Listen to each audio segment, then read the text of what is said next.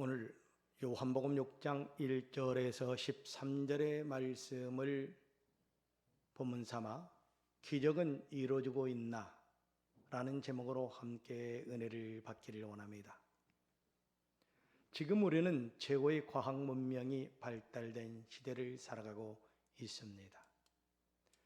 과연 과학 문명의 시대에 살아가는 현대인들은 과연 행복할까? 묻지 아니할 수 없습니다. 아주 미세한 눈에 보이지 않는 바이러스 때문에 온 세계가 불안에 떨고 있습니다.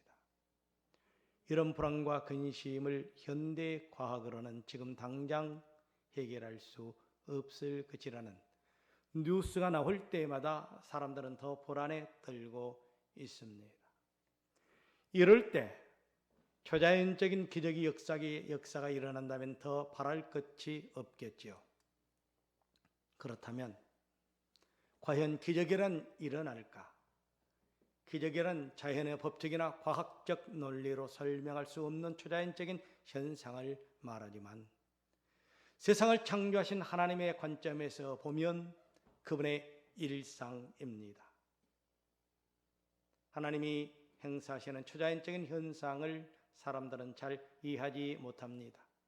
하물며 예수 그리스도를 믿는 그리스도인들도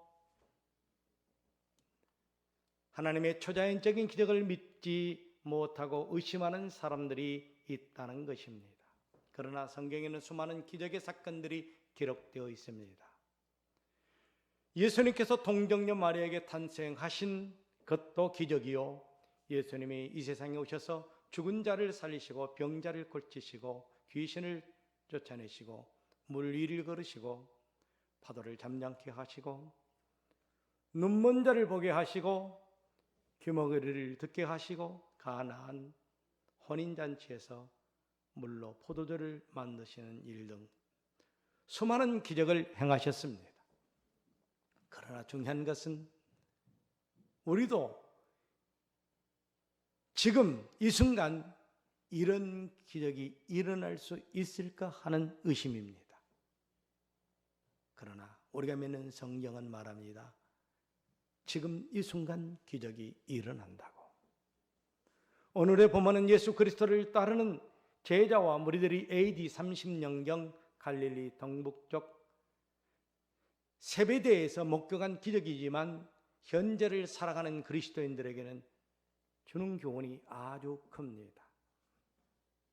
예수님이 누구이신가를 분명하게 알려준 사건이고 예수님이 무엇 때문에 이 땅에 오셨는가, 그리고 무슨 일을 행하셨는가, 그 초점이 맞추어져 있습니다. 예수님은 하나님의 아들이시지만 이 땅에 메시아로 오셔서 누구든지 그를 믿는 자마다 용서함을 받게 하시고 구원받는 백성이 되게 하셨습니다. 특히 오늘의 본문은 구원받는 백성이 이 세상을 살아가면서 여러 가지 문제에 직면할 때 해결의 좌표이기도 합니다. 본문 2절을 보면 예수님께서 수많은 병자를 치료하신 후 산에 앉아 잠시 휴식을 취하려는 순간 수많은 무리가 예수님께 다가오고 있습니다. 본문 2절을 보시기 바랍니다.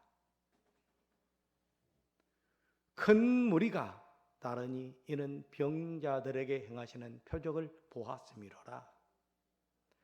큰 무리가 예수님께서 병자들을 치료하시는 기적을 목격했다라는 것입니다. 그런데 마태복음 14장 15절에 보면 그때가 저녁 때라고 기록되어 있습니다. 저녁이 되면이란 말은 저녁 식사가 진행될 그런 시기였다라는 것입니다.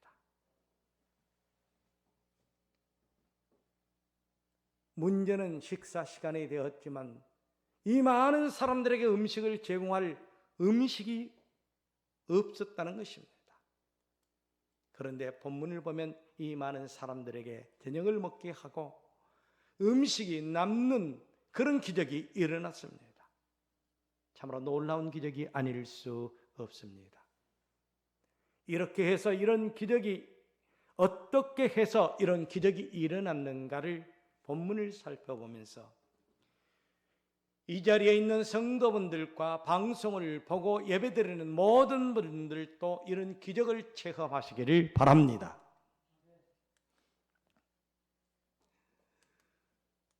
본문 5절을 보면 예수님과 빌립과 대화의 내화가 나옵니다. 빌립과 예수님의 대화가 나오는데 먼저 예수님께서 빌립에게 묻습니다. 예수님께서 눈을 들어 큰 무리가 자기에게 오는 것을 보시고 빌립에게 이르시되 우리가 어디서 떡을 사서 이 사람들을 먹이겠느냐, 이 많은 사람들을 먹이겠느냐라는 말씀입니다. 예수님께서 이런 질문을 한 이유가 본문 6절에 보면 이해가 됩니다.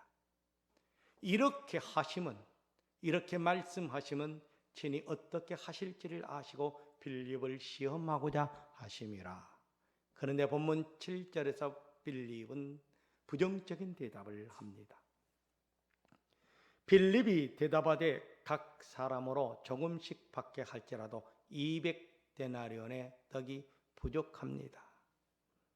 본문에 나오는 200데나리온을 지금의 돈으로 환산하면 얼마가 될까요?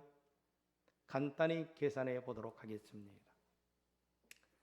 계산해 보는데 우리 교회 안 목사님이 건축을 통해서 선교를 하십니다. 그러니까 하나님이 주신 달란트를 통해서 이렇게 선교하는 모습을 보면 참으로 아름답습니다. 그래서 우리 안 목사님에게 찾아가서 노동자의 품삯이 아마 얼마인지를 너무 잘 알고 있기에 제가 물었습니다. 그런 기술에 따라 차등은 있지만은 대략 우리 목사님께서 18만에서 33만 원까지 드린다고 하더라고요. 우리 조집사님은 얼마짜리 기술을 가지고 있는지 제가 모릅니다. 그런데 저같이 기술 없는 사람은 쓰지도 않겠지만 그래도 대략 10만 원은 주지 않겠나. 결혼식장에 오신 어제 목사님들 중에 횡성에서 은퇴하고 농사를 짓는 분이 있는데 밭에서 풀면은 우리 권사님 같은 연로하신 분들도 10만 원에서 13만 원이라는 얘기를 듣고 나는 그래도 10만 원보다 더 비싼 13만 원짜리는 되지 않겠나 생각해 보았습니다. 당시 1데나리온을 하루 품삯 10만 원으로 계산한다면 본문에 몇 데나리온이라고요? 200데나리온이 계산하면 얼마 나옵니까? 2천만 원이라고 하는 그 금이 나옵니다. 그런데 여러분 성경을 잘 보아야 합니다. 본문에 빈들이 모인 숫자가 몇 명이라고요? 5,000명입니다.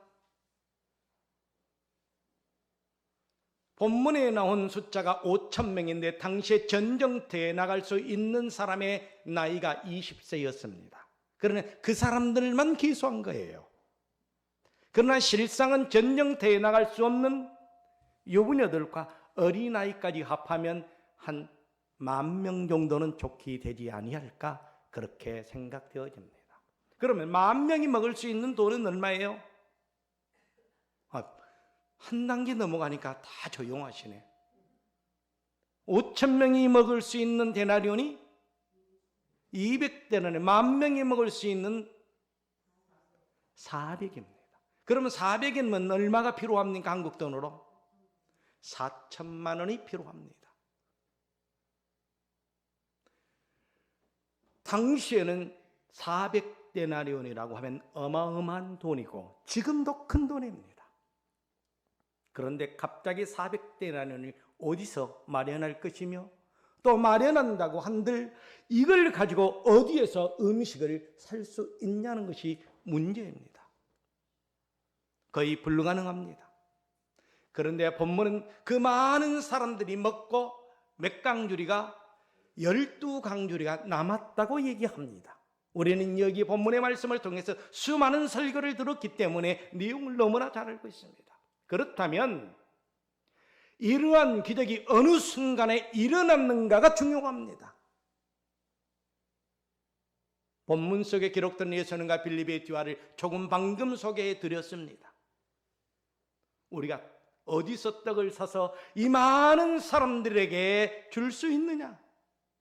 예수님이 빌립에게 묻는 내용입니다. 예수님이 질문에 빌립은 각 사람에게 나눠준다 할지라도, 조금씩 나눠준다 할지라도 200데나리온으로는 부족합니다라고 말을 합니다. 여기서 우리는 빌립이 어떤 사람인가를 알 수 있습니다. 그런 매우 신중하고 계산적이며 논리와 합력 사고방식을 가진 사람이다라는 것을 발견합니다. 그러나 빌립의 사고방식에 아주 중요한 핵심이 하나 빠져 있습니다. 그것은 바로 그 자리에 방금 전에 병자를 치료하셨던, 그 기적을 일으키셨던 예수님이 계신다는 사실을 잃어버린 거예요. 내 곁에 예수님이 계신다면, 그 사실을 알고 있다면 걱정 말아요. 우리 그런 찬송이 걱정 말아요. 본문에 보면 제자들이 예수님께서 병든 자들을 치료한 모습을 다 목격했습니다.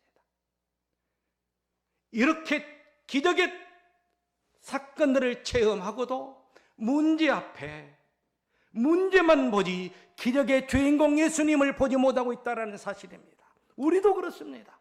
문제 앞에 문제만 보지 나와 함께 하시는 예수 그리스도를 보지 못하고 있다는 것이 우리의 신앙의 문제입니다. 본문 9절에 보세요. 또 한 사람 절망하고 있습니다. 함께 읽어볼까요? 여기 한 아이가 있어 보리떡 5개와 물고기 2마리를 가지고 있나이다. 그러나 이것이 이 많은 사람에게 얼마나 되겠사오나이까. 이 사람이 누구입니까? 바로 예수님의 제자인 안드레입니다. 빌립도 안드레도 창조주 하나님이신 예수 그리스도가 그의 곁에 있다는 사실을 잊고 있다는 것입니다. 빌립과 안드레가 가지고 있는 문제가 오늘 우리의 문제인 줄 믿습니다. 우리의 삶을 볼까요? 남편이 부정적인 말을 합니다. 또 아내가 부정적인 말을 합니다. 그러면 남편이나 아내가 무슨 말씀을 그리 하십니까? 천지를 창조하신 우리 하나님이 우리와 우리의 가정 속에 계시는데 우리가 부족함이 많고 기도하지 않아서 이런 일이 생겼습니다라고 기도하고 하나님께 더 가까이 가야 합니다. 지금 우리의 문제가 해결되지 않는 것은 아마도 하나님의 선하신 뜻이 있을 것입니다. 이 민족이, 전 세계가 이럴 때는 하나님의 뜻이 있을 것입니다. 하고 하나님의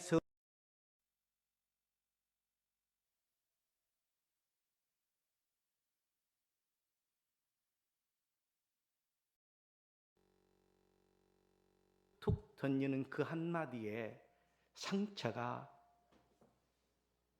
가슴에 박힙니다. 그거 봐라, 안 된다고 했지. 서로 옳다고 주장하다 뭐가 벌어집니까? 집안에 전쟁이 벌어집니다.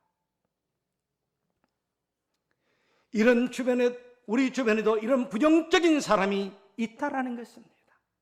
여러분 가정에, 여러분의 삶 속에 문제가 있거들랑 먼저 하나님, 내 곁에 계신 하나님을 찾으시기를 바랍니다. 부정적인 말하지 마세요. 아마 이 사건 속에는, 이 어려움 속에는 하나님의 섭리가 있을 거야. 이 사건들을 통하여 하나님은 합력하여 선을 이룰 수 있을 거야. 그런 마음을 가지시기를 주의 이름으로 축원합니다. 우리 인간의 판단으로는, 내 경험으로는 과학적 판단으로는 할 수 없는 것을 전능하신 하나님은 이루시고 기적을 이루시고 만드신다라는 것입니다. 빌립과 안드레처럼 불가능하다는 생각을 버리고 전능하신 하나님이 여러분의 가정과 여러분의 삶과 여러분의 직장 속에 있음을 믿으시기를 바랍니다. 마태복음 11장 28절에 이런 말씀이 기록되어 있습니다. 우리 함께 볼까요? 수고하고 무거운 짐진 자들아 다 내게로 오라. 내가 너희를 쉬게 하리라. 할렐루야. 왜 걱정하시나요? 왜 걱정하시나요? 우리 집사님들 지게 져 보시신 분 혹시 계신가 모르겠어요. 내가 지게를 질 수가 없습니다. 일어설 수 없습니다. 그런데 뒤에서 그 무거운 짐을 지고 있는데 살짝만 밀어주면 그 짐을 지고 걸어갈 수 있습니다. 나의 등 뒤에서 예수님께서 밀어주시고 이끌어주십니다. 할렐루야. 본문 10절에 보면 계속해서 또 이런 말씀이 나옵니다. 함께 볼까요? 시작. 예수님께서 이르시되 이 사람들로 앉게 하라 하시니 그곳에 잔디가 많은지라 사람들이 앉은 수가 5,000명쯤 되더라. 예수님께서 그들을 어떻게 하라고요? 앉게 하라.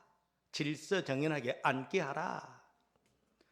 조금 전까지만 해도 얼마의 돈이 필요합니다. 그들에게 음식을 나누려면 많은 돈이 필요합니다. 계상적이던 제자들이 순종을 합니다. 곁에 누가 계신 것을 알았어요? 예수님이 계신 것을 알았어요. 처음에는 빌립과 안드레는 비관적이었지만 이젠 예수님의 말씀에 불평하지 않고 순종하고 있습니다. 보리떡 5개와 물고기 2마리는 어른 혼자 먹어도 불가능한 것이라고 말할 수 있습니다. 불평할 수 있습니다. 그러나 그런 내용이 성경에 상세하게 기록되지 않은 것을 보니까 그러지 않았다는 것입니다. 어쩌면 예수님께서 사람들을 앉게 하라 할 때에 그들은 비로소 불순종과 믿음 없는 것을 깨달았을 것입니다. 내 사건 속에서 해결되지 아니한 것은 불순종이요 믿음 없음을 깨달으시기를 바랍니다. 그리스도인들은, 믿음의 그리스도인들은 하나님이 명하시면 거기에 순종을 할 뿐이지 이의는 제기할 수 없습니다. 성경의 최초의 사람이 누구입니까? 아담과 하와였습니다. 왜 하나님은 아담과 하와에게 선악과의 열매를 따먹지 말라고 했을까요? 그 해답은 창세기 3장 3절에 명확하게 나와 있습니다. 우리 함께 보시기 바랍니다. 동산 중앙에 있는 나무의 열매는 하나님의 말씀에 너희는 먹지도 말고 만지지도 말라 너희가 죽을까 하노라. 아니 만질 수는 있는데도 만지기까지도 하나님이 하지 말라고 했어요. 어떻게 하는가? 아마 보기 위해서 테스트하기 위해서 그러지 않았나. 그런데 창세기 3장 3절에 와서는 뭐라고 한가 보세요. 만지지 말라고 했는데 17절에 와서는 그 불순종의 결과가 나옵니다. 자, 함께 볼까요? 시작. 내가 내 아내의 말을 듣고 내가 내게 먹지 말라 한 나무의 열매를 먹었는즉 땅은 너로 말미암아 저주를 받고 너는 내 평생에 수고하여 그 소산을 먹으리라. 일하지 않고는, 해산의 고통을 당하지 않고는 이 땅에서 살 수 없도록 만들어버린 겁니다.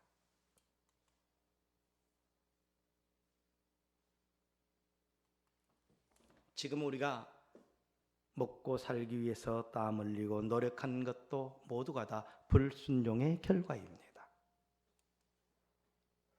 또 하나의 불순종의 결과를 볼까요? 홍수가 일어날 기미가 없는데도 노아에게 명하였더니 노아는 120년 동안 노아를 방주를 짓습니다. 창세기 6장 22절을 보면 그 내용이 나옵니다. 함께 볼까요? 시작. 노아가 그와 같이 하여 하나님이 자기에게 명하신 대로 다 준행이라는 말은 순종하였더라. 그 결과를 보세요. 순종했는데 순종 아니하는 사람들은 다 죽었지만 순종한 사람들은 어떻게 되었는가? 자, 창세기 7장 23절에 와서 이렇게 말합니다. 함께 볼까요? 지면의 모든 생물을 쓸어버리시니 곧 사람과 가축과 기는 것과 공중의 새끼까지라 이들은 땅에서 쓸어버림을 당하였으되 오직 노아와 그의 함께 방주에 있던 자들만 남았더라. 사랑하는 성도 여러분, 가축과 기는 것과 공중의 새끼까지 노아뿐만이 아니라 순종했던 그의 가족의 식구까지 그의 살림까지 우리 하나님은 책임져 주었다라는 말입니다. 하나님의 명령을 순종했더니 방주에 들어간 새도 살고 짐승도 살고 본인은 물론이와 기적을 체험했습니다. 빌립과 안드레는 많은 사람들이 밀려오는 것을 보고 처음에는 걱정과 근심을 했지만 예수님이 곁에 계신 것을 믿고 순종했던 체험을 겪었는데 이 체험을 여러분이 겪으시기를 바랍니다. 내 생각과 계산으로는 불가능해 보이지만 내 곁에 계신 주님께 모든 것을 맡기면 그분은 모든 것을 가능케 하십니다. 오늘 본문 속에 기록된 결정적인 원인을 발견합니다. 오늘 본문 속에 결정적인 기적의 원인을 제공한 또한 한 아이를 우리는 발견하게 됩니다. 그 아이를 통해 또한 오병이의 기적을 일으키시는데 이 아이는 어른이 아닙니다. 조그마한 아이입니다. 여러분은 어른이잖아요. 누가 그럴까요? 목사님, 후에 말씀드린 나는 나이가 많아서 못해요. 그런데 아무 힘없는 어린아이를 통해서 기적을 일으키셨는데 여기에 많이 나오시는 그리고 방송을 듣는 모든 분들을 통해서 기적을 만드시는 역사가 있기를 바랍니다. 오병의 기적을 만드시기를 바랍니다. 남고 남아 나누는 역사가 있기를 바랍니다. 예수 믿는 사람들도 나눔하면 길을 막고 설교를 들으려 하지 않는데요. 설교를 준비하다 보니까 어느 목사님의 그 설교의 그 내용을 들어보니까 한국 분들은 축복 설교를 좋아한대요. 그리고 사랑 설교를 좋아한대요. 위로의 설교를 좋아한대요. 그런데 나누라고 하니까 5%도 제대로 듣지 않고 그냥 성경적이겠지 하고 그냥 가버린대요. 여러분들은 그 무엇보다도 나눔의 은사를 가지시기를 바랍니다. 마태복음 14장 19절을 보시기 바랍니다. 함께 시작.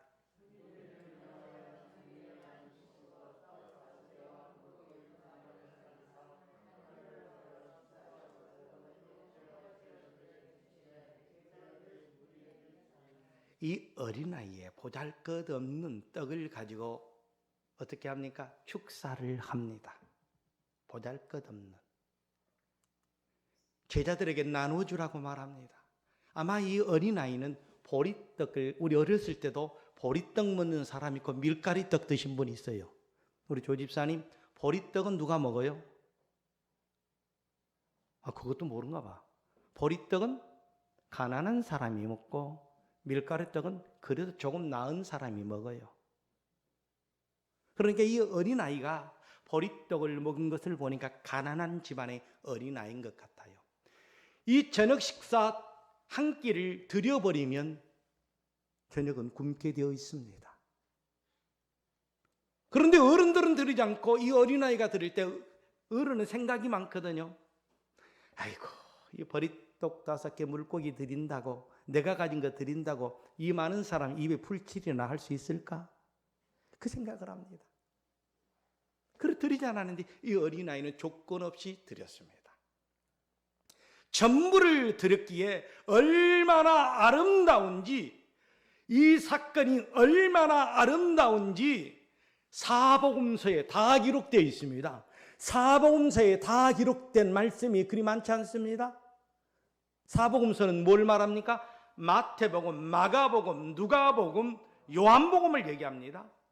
사복음서에 다 기록된 사건이에요. 작고 하찮은 것이지만 주님이 보실 때는 이 나눔이 정말로 소중했기 때문에 그렇습니다. 이 가난한 어린아이의 보잘것없는 보리떡 5개와 물고기 둘이 주님의 손에 들려질 때 기적이 나타났습니다. 성경을 보세요. 보리떡 5개가 예수님의 손에 들려져 있습니다. 예수님은 떡과 물고기를 들고 축사하십니다. 그리고 제자들에게 명합니다. 무리들에게 나누어 주라고. 그런데 나누어 주기 시작하니까 바구니에서 물고기와 떡이 샘솟듯이 계속 나온 겁니다. 아마 모르긴 몰라도 이 12제자가 바구니에 5,000명 것을 가지고 들고 갔으면 압사당했을 거예요. 그런데 주님의 기적은 한 번에 맞는 것이 아니라 나누어 주니까 계속 물에서 샘솟듯 나온 거예요.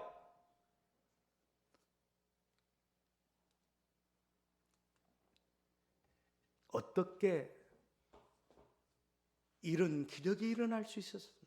보잘것없는 것이었지만 손에 들려지면, 주님의 손에 들려지면 기적이 일어납니다. 출애굽기 4장 2절을 보시기 바랍니다. 하찮은 것이지만 주님의 손에 들려지면 놀라운 기적이 나타납니다. 할렐루야. 자, 우리 함께 볼까요? 여호와께서 그에게 이르시되 내 손에 있는 것이 무엇이냐? 그가 이르되 지팡이. 우리 노건사님 지팡이를 통해서도 기적을 나타낼 수 있다니까요. 아브라함의 짚는 지팡이나 모세가 짚고 다니는 지팡이나 우리 노건사님이 짚고 다니는 지팡이나 똑같아요. 근데 우리 노건사님이 지팡이가 더 훨씬 새 지팡이니까. 모세가 말합니다. 이 지팡이는 보잘것없는 막대기와 같습니다. 나이 든 이 사람을 의지하는 도구뿐입니다. 그런데 마른 막대기가 전능하신 하나님의 손에 들려지니까 기적이 일어났습니다. 인간 모세는 대단한 사람입니다. 궁중에서 40년 동안 최고의 당대 스승들에게 배운 사람입니다. 그러나 미디안강에서 40년 동안 지내며 과학과 그리고 자기가 가진 지식이 무가참을 깨닫게 됩니다. 그래서 그는 하나님의 말씀을 순종하고 그냥 나아갑니다. 출애굽기 4장 17절을 보시기 바랍니다. 시작. 이것을 이적을 행할지니라. 다시 말씀드립니다. 마른 막대기가 무슨 기적을 행한다는 말입니까? 그러나 전능자 하나님의 손에 들려지면 기적이 일어납니다.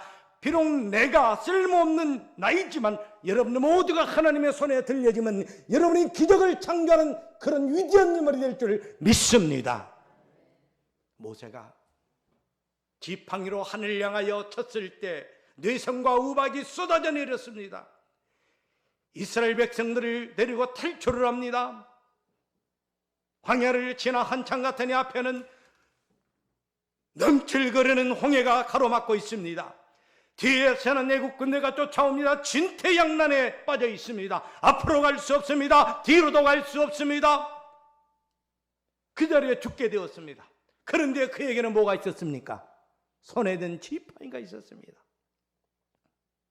죽음 앞에 지팡이를 들고 홍해를 쳤더니 홍해가 갈라진 그 홍해가 육지처럼 되어서 그 수백만의 민족이 홍해를 육지처럼 건너는 역사가 나타난 줄 믿습니다. 사랑하는 성도 여러분, 모세에게는 마른 지팡이가 기저귀 도구로 사용되었습니다. 여러분 모두에게 나눔의 도구가 있습니다. 어려움에 처한 사람을 찾아가서 돕고 그들을 위해서 기도해 주는 것도 바로 나눔입니다. 돈만이 아닙니다. 좋은 말과 칭찬도 격려도 나눔입니다. 아니면 나의 열정과 재능, 학식, 지식, 여러분이 가진 달란트를 통해서 나눌 수 있습니다. 나는 나이가 70, 80이라 나눌 수 없다고요? 아닙니다. 스펄전 목사님이 있기까지는 기도하는 권사님들이 계셨습니다. 스펄전 목사님이 설교하기 전에 바로 권사님들이 기도의 굴 속에 들어가 눈물로 기도했습니다. 그랬더니 스펄전 목사님이 설교할 때마다 기적이 일어났습니다. 할렐루야. 병들어서 나는 나눌 수 없다고요. 병상에 엎드려서 침상을 적시며 가난하고 헐벗고 굶주리고 나라와 민족을 위해서 기도하는 나눔을 가지시기를 바랍니다. 온 힘을 다해서 기도하면 바로 그곳에서 기적의 역사가 나타납니다. 사도행전 20장 24절에 보면 함께 볼까요? 내가 달려갈 길과 주 예수께 받은 사명 곧 하나님의 은혜의 복음을 증언하는 일을 마치려 하면은 나의 생명을 조금도 귀한 것으로 여기지 아니하노라 바울 사도는 고백했습니다. 나의 생명까지도. 몽골에 사역하시는 선교사님의 간증을 여러분에게 전해드리면 정말로 나도 이렇게 한번 살아봐야 되겠다. 잘 들으시기 바랍니다. 제가 무슨 간증을 했는지 묻겠습니다. 몽골에 선교사님이 주일 예배를 드렸는데 말씀을 마치고 헌금 시간이 되었는데 한 성도 손을 번쩍 들더래요. 선교사님, 아무것도 드려도 되나요?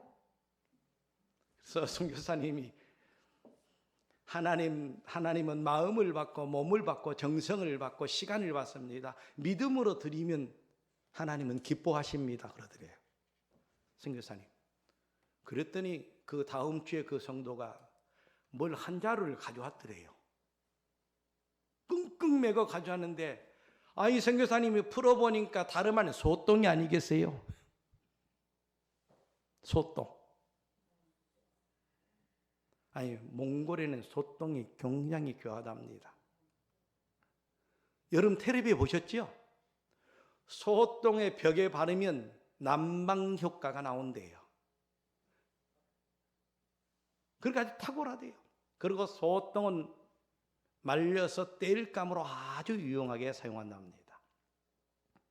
그래서 그곳 사람들은 시간만 나면 소똥 채집을 하러 다닌대요. 하여간 소똥을 가져왔으니 소똥에 축복 기도를 해야 되잖아요.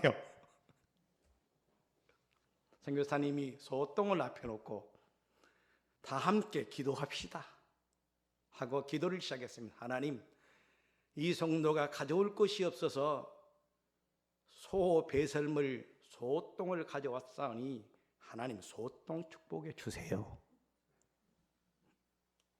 그런데 기적이 일어났습니다. 마을의 소들이 볼일을 볼 때마다 이 성도의 집 앞에 가서 본 거예요.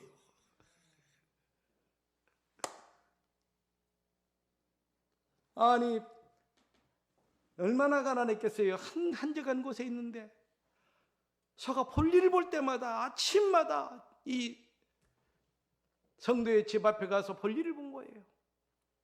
그래서 그 성도는 겨우내 땔감 비용이 들어가지 않았고 그 소똥을 팔아서 헌금과 생활비로 썼대요. 할렐루야. 하나님께서 그 순수한 믿음의 성도를 통하여 기적을 베푸신 것입니다. 사랑하는 성도 여러분, 드릴 것이 없다고 걱정하지 마세요. 마음을 들여보십시오. 시간을 들여보십시오. 재능을 들여보십시오. 달란트를 들여보십시오. 여러분의 가진 그 모든 것들을 하나님은 믿음으로 드리는 것을 기뻐 받으십니다. 다윗이라고 하는 인물은 소년입니다. 아무것도 가진 것이 없습니다. 도시락을 가지고 전쟁터에 나갑니다. 형들에게 드리려고. 전쟁터에 나갔더니 280이나 된 거구가 이스라엘 민족을 위협하고 있습니다. 하나님을 욕되게 하고 있습니다. 그는 그가 가졌던 물맷돌 5개를 통하여 거구를 물리칩니다. 물리치기 전에 투구를 주었습니다. 그리고 칼을 주었습니다. 그러나 걸기에 불편한 세상적인 모든 것을 훌훌 털어버리고 나는 누구의 이름으로? 만군의 여호와 이름으로 나아가노라. 할렐루야. 여러분, 말씀을 맺도록 하겠습니다. 오늘 이 순간 여러분의 삶 속에 오병이의 기적을 체험하기를 원하십니까? 오늘 말씀을 내 마음판에 새기고 이 말씀을 여러분의 삶 속에 간직하면, 실천하면 여러분 모두에게 오병이의 기적이 나타날 줄 믿습니다. 기도하겠습니다. 하나님, 나를 부르실 때는 하나님의 뜻이 있어서 부르신 줄 믿습니다. 나를 통하여 하나님 기적을 일으키는 위대한 인물이 될 수 있도록 하나님 축복해 주옵소서. 빌립과 안드레처럼 부정적인 생각을 버리고 내 곁에 하나님의 계심을 믿고 주님께서 나누어 주라 말할 때 불평하지 않고 나누어 줬더니 물이 샘솟듯이 강길에서 떡이 고기가 계속 흘러나왔던 것처럼, 비록 내가 가진 것이 보잘것없는 가난한 보리떡 물고기지만 나는 나이 들어 나는 가난해 드릴 것이 없지만 내게 가장 소중한 것을 드리려는 그런 마음 갖게 해 주시옵소서. 그런 것마다 하나님의 기적이 나타날 줄 믿습니다. 우리 구주 예수 그리스도 이름으로 기도하옵나이다.